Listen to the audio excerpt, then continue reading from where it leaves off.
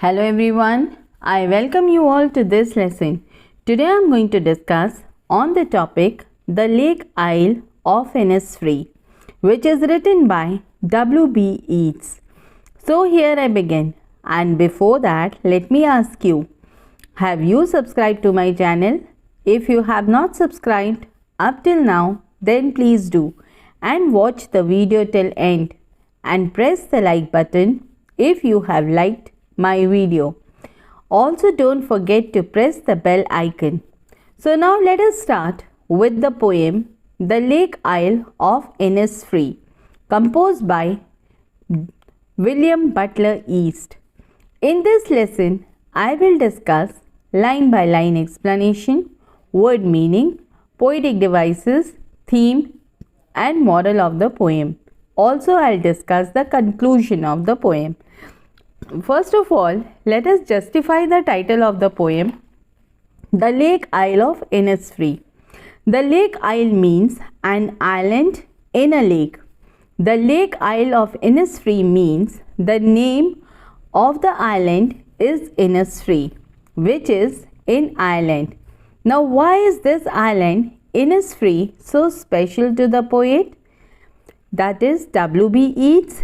That he has written a poem on it.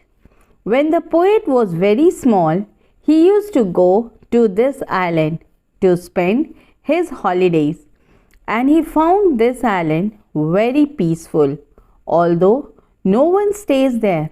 But the kind of calmness and peacefulness he gets when he goes there is really priceless. It is really very valuable to him. Now that he has grown up, he lives in a city, but in the hustle and bustle of city, he misses that calmness, and so one day he feels like going back to this island, and that is why he has written this poem to express what he will do there when he goes there. And why does he want to go there? What attracts him there? The poet's desire to go to the island of Innisfree Lake, which not only refers to a water body but also symbolizes something deep and profound. It depicts freedom, peace, and a place to escape from the problems of civilization. He expresses his desire to move to the shore of this lake because he is tired of the materialistic world. He does not like fancy life, but he is interested in living a very simple life in solitude.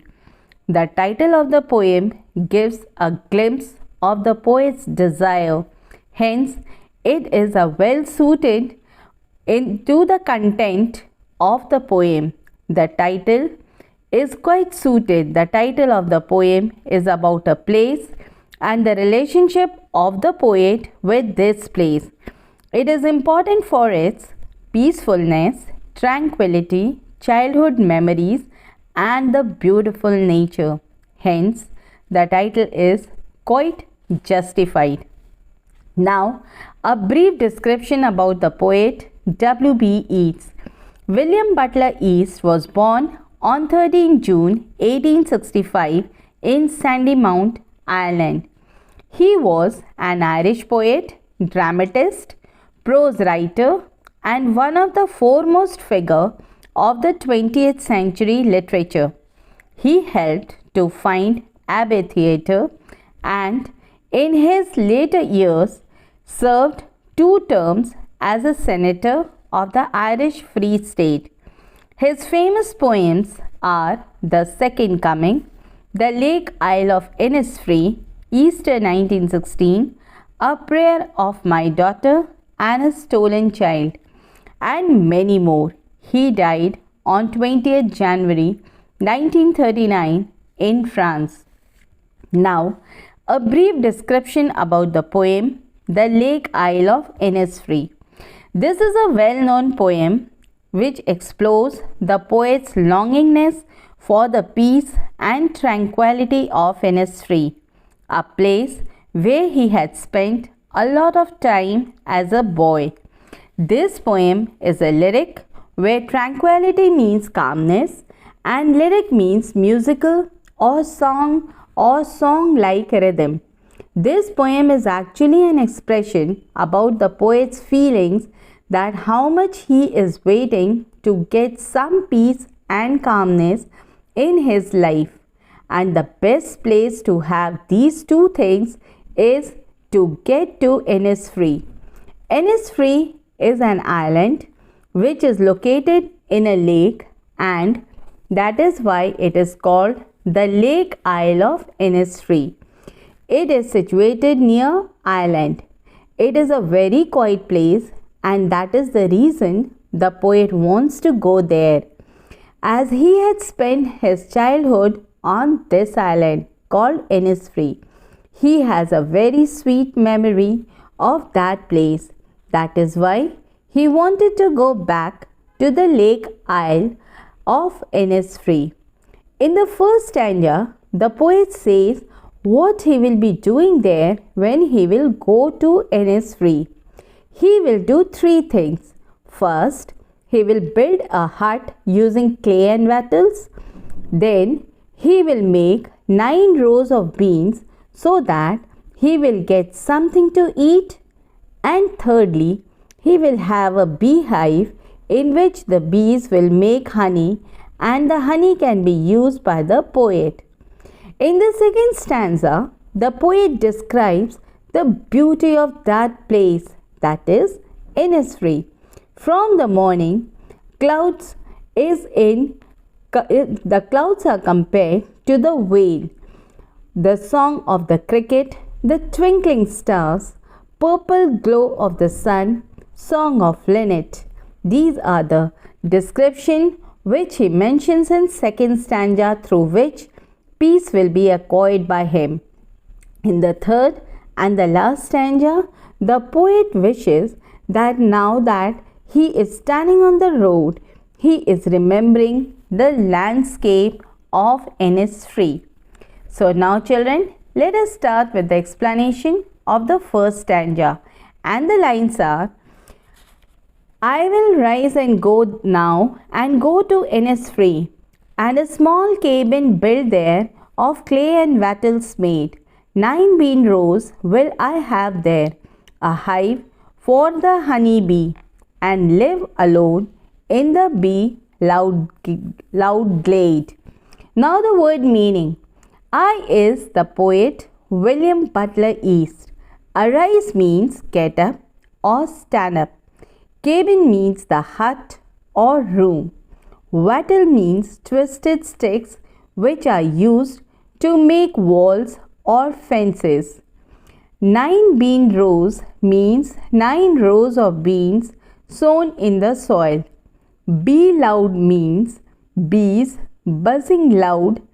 Glade means the open space. Now the explanation of the first stanza.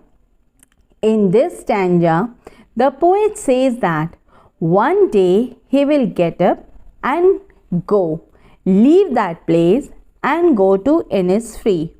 Where Innisfree is the island where Keats wants to go to get some peace, and there on the island he will build a small hut, and this hut will be made up of clay, where clay means mud, and wattles, where wattles are the twisted sticks that is used to make fences or walls. 9 bean rows means the poet will have 9 rows of beans. He will sow the seeds of beans, and that will be sowed in 9 rows, and he will have a hive to nurture honey bee, so that the honey bees will make honey in that hive, and he can have that honey and beans to eat and drink.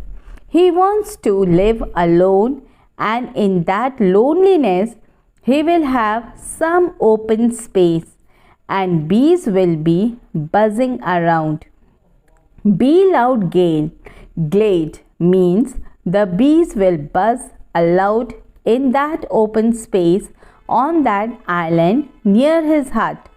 So, in this stanza, the poet expresses his desire to travel to Innisfree, a small inhabited island in a lake known as Lough Gill in County Sligo, Ireland, where the poet lived as a child. The island name ends with free, a fact that is accentuated by its position to the end of the poem's first line. The poet seeks freedom from city life, its sights, sound, crowd, and obligations. He wants to go to Innisfree and build a small hut or room for himself with clay and small sticks which are used to make walls or the fences of the cabin, as he will need some food to eat also. So he will grow 9 rows of beans near his hut. He will also get honey from the honey bee hive. He says that the open space where he will build his room will be full of buzzing sound of the bees, and over there he will live all alone in peace and tranquility. Now, the literary device used in this stanza are: number 1, rhyming scheme. This stanza follows the rhyming scheme of AB, AB, and the words from the stanza are free, maid, honeybee, and the glade. Alliteration: the repetition of consonant sound in one, in two, or more closely placed words is called alliteration. The instances of alliteration in this stanza are hive, honey, bee, where H sound is repeated. Number 3, repetition. I will arise and go now is an example of repetition in stanza number 1. Now I move towards the second stanza, and the lines are: and I shall have some peace there, for peace comes dropping slow, dropping from the vales of the morning to where the cricket sings. There midnights all a glimmer, and noon a purple glow, and evenings full of linnets' wings. Now the word meanings. Dropping slow means coming slowly and gradually. Veil means a piece of fine material worn by a woman to protect or hide the face. Cricket is an insect related to the grasshopper but with shorter legs. The male cricket produces a characteristic musical chirping sound. Linnet is a small brown and grey bird with a short beak. Glimmer means something which is shining. Now the explanation of the second stanza. In this stanza, the poet says that when he will be in Innisfree, he will feel very peaceful. The feeling of peace is actually very slow and gradual. The peace will come to him very slowly and gradually, and he describes how he will feel peaceful, that in the morning time when it is cloudy and the view is not very clear, then it will appear as if the morning has worn a veil, like woman wears a veil. In the same way, morning has also worn a veil and has hidden itself. Looking at this scene, it will make him peaceful. And as the clouds will clear off, then it will appear as if the veil of the morning will also drop. So the air in the morning will act cleared as it will drop its veil of clouds. Looking at this scene, he will feel peaceful. The poet says that the poet will feel peaceful. He says when the male cricket, the insect, will sing a song to him that the sound of the cricket will also bring him peace. There at Innisfree, the midnight will be glimmering, that is, shining, very twinkling. Why midnight is called a glimmering? Because it has lots of stars in the dark sky, which twinkle in the sky. Their shiningness will bring peace to the poet, and in the afternoon, when the sunlight will show purple color, the sky will glow with the color of the purple, and the purplish glow will also give him peace. When it will be evening, he will see a lot of linnets, where linnets are small brown birds. When it is evening time, he will see the linnets, birds flying in the sky, and just seeing those linnet birds flying in the sky will give him so much of peace, and he feels relaxed to hear the pleasant sound of the cricket. So all these things, like the clouds in the morning, the song of the cricket, the twinkling stars of the midnight, the purplish glow of the afternoon, and the linnet birds which will fly in the evening, all those sights of the birds, the nature beauties will give him peace, and that is why he wants to go to Innisfree to enjoy the beauty of nature.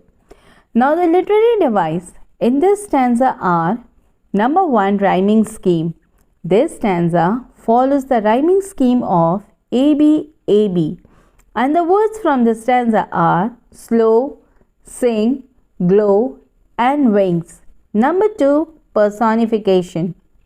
The personification in this line are: peace comes dropping slow, and cricket sings, where peace and cricket are not humans but human-like qualities of dropping, that is, coming slowly and gradually, and cricket is like a singer who is singing. Number 3, here morning is also personified. So 3 things are shown in this stanza of being personified. Number 3 is the metaphor. The line veils of the morning, where the cloudy morning is compared to the veils of the sky, that is, clouds are compared to the veils. Now I move towards the third stanza and the last stanza, and the lines are: I will arise and go now, for always night and day. I hear the lake water lapping with low sound by the shore. While I stand on the roadway or in the pavement grey, I hear it in deep heart's core. Now the word meaning. Night and day means all the time. Lapping means striking or hitting. Heart's core means the innermost part of the heart. Pavement means the footpath. It stands for the sound of the waves or sound of the lake water hitting the shore. Now the explanation of the third stanza. In this stanza, the poet says that now he will stand up and go to Innisfree. This line, the poet repeats it again in this stanza, that he will go to Innisfree, as he had said in the first stanza. He wants to go to Innisfree and go there at night and for day. He wants to go there permanently because he hears the sound of, while he is in the city, he hears the sound of the lake, of the birds, of the lapping of the waves. While he is in the city, he can hear the lake water hitting the shore with low sounds. He is not there in Innisfree. He is in London at present. But wherever he is, that is, he can remember that sound, water on the shore, the waves that hit the shore, and the low sound which it makes. He really remembers that, Wherever he is, whether he is in London or he is at some other place, he hears this sound, and this sound attracts him towards the lake. While I stand on the road, means the poet is saying while he was standing on the roadway or on the path, pavements grey, he could hear it in the deep heart score. In his deep heart score, the poet here specifies that he is at present standing on the roadway or grey colored pavement, that is the footpath, which is grey in color. So he is not in Innisfree, he is in a city where he has been living, and there when he is standing on the road or the footpath, he can hear the lapping sound of the water deep in his heart. He can hear that sound in the innermost part of the heart, and that is what is calling him back to Innisfree. The poet feels the urgency to go to the lake isle of Innisfree.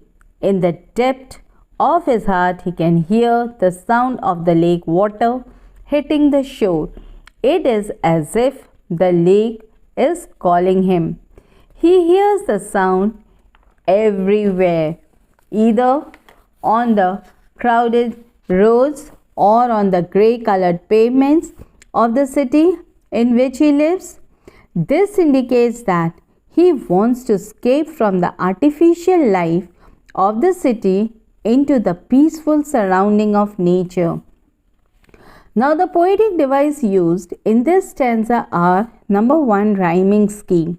This stanza follows the rhyming scheme of AB, AB. And the words from the stanza are day, shore, grey, and core. Number 2, alliteration. The repetition of the consonant sound in two or more closely placed words is called alliteration. The alliteration in this stanza is lake, lapping, low, where L sound is repeated. Number 3, repetition. I will arise and go now is repeated in the first and the third stanza. Now the theme of the poem. As the poet explores his longingness for the peace and tranquility of Innisfree, a place where he spent a lot of time as a boy. Innisfree is the name of a place near the coast of the island, and the main theme of this poem are: number 1, nature, or you can say return to nature. If you truly love nature, you will find beauty everywhere. We do not inherit the earth from our ancestors, we borrow it from our children. The earth has music for there who listens. As the poet enjoyed the beauty of nature during his childhood at Innisfree. Look deep into the nature, and then when one will understand everything better. One touch of nature makes the whole world kin. As it is rightly said, beauty lies in the eyes of beholder. Number 2, peace. Peace begins from within. If you are not peaceful inside, the world you see will be chaotic. Peace begins with a smile. Peace is our gift to each other. Gratitude is one of the sweet shortcuts to finding peace of mind and happiness inside, just as the poet feels peaceful into the lap of nature at Innisfree. When you admire nature, the nature's peace will flow into you as sunshine flows into the trees. Now my third theme is spirituality. Throughout the lake isles of Innisfree, the poet engages with themes that include nature, peace, and spirituality. These three themes are all interrelated. The poet asks the reader to regard nature as he does, valuable in and of itself, without human intervention.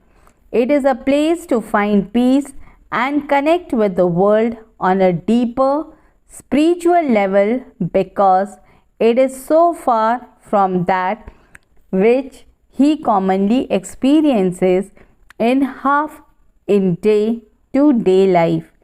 The isolated nature of this natural area that he is longing for is also an important element of his happiness. It is an escape from the industrialism as well as from other people. My fourth theme is nature versus civilization. Nature is the natural world as it exists without human beings and civilization, while civilization is an advanced state of human society in which a high level of culture, etc. exists. Lots of clashes of the ideals and appeals exist. The life is very busy in cities with full of pollution, noise, whereas nature has peaceful effect on human beings.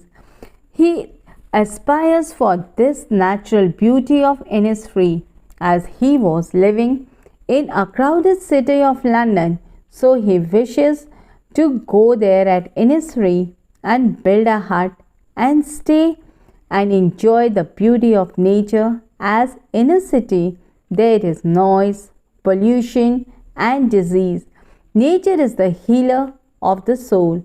It brings peace, prosperity, beauty, love and compassion.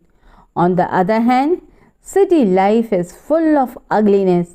It is greedy, rude and polluted. Hence, solitude in nature is better than city life. Nature brings peace and have and harmony to man. Man should live close to nature.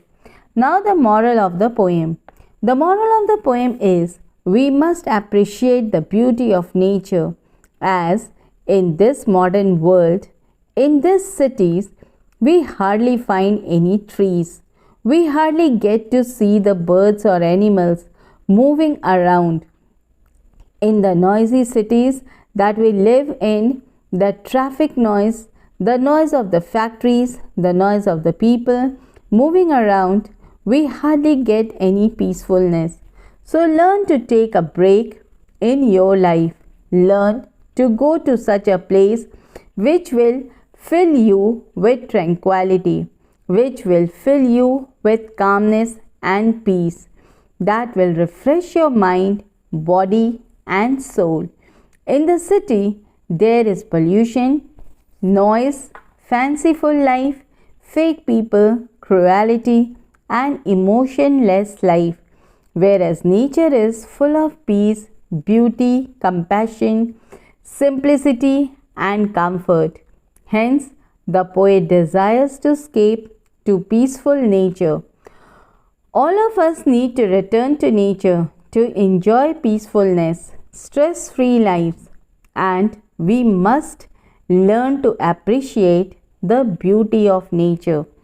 Now, the conclusion of the poem. The Lake Isle of Innisfree, which is composed by W.B. Yeats, he had spent most of the time of his life in Dublin and London, but as a young boy, he had frequently spent his summers on the Isles of Innisfree, a tiny uninhabited island within the Lake Lough Gill in a country Sligo in northwestern Ireland. Later, when he lived in the crowded and noisy city, he felt a strong desire to go back to the Isles of Innisfree. In the first stanza, the poet describes how he would live in Innisfree. The opening line suggests that his determination to go there. This is followed by his plans to be away from the restless life of cities and lead a very calm and simple life all by himself. He will make a small cottage of clay and sticks and grow some own beans on a small piece of land in Innisfree. He will have honey From his own hive, the poet has a deep longing to lead life in the lap of the nature, listening to the music of the bees.